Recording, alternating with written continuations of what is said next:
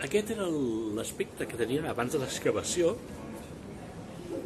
i en aquesta espècie de plaça on es celebrava el mercat d'aquí de Chaves van decidir fer un pàrquing, i al fer la prospecció arqueològica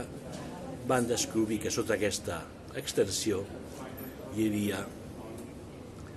una part de les columnes i una part de les muralles medievals i de diferents altres èpoques, i a sota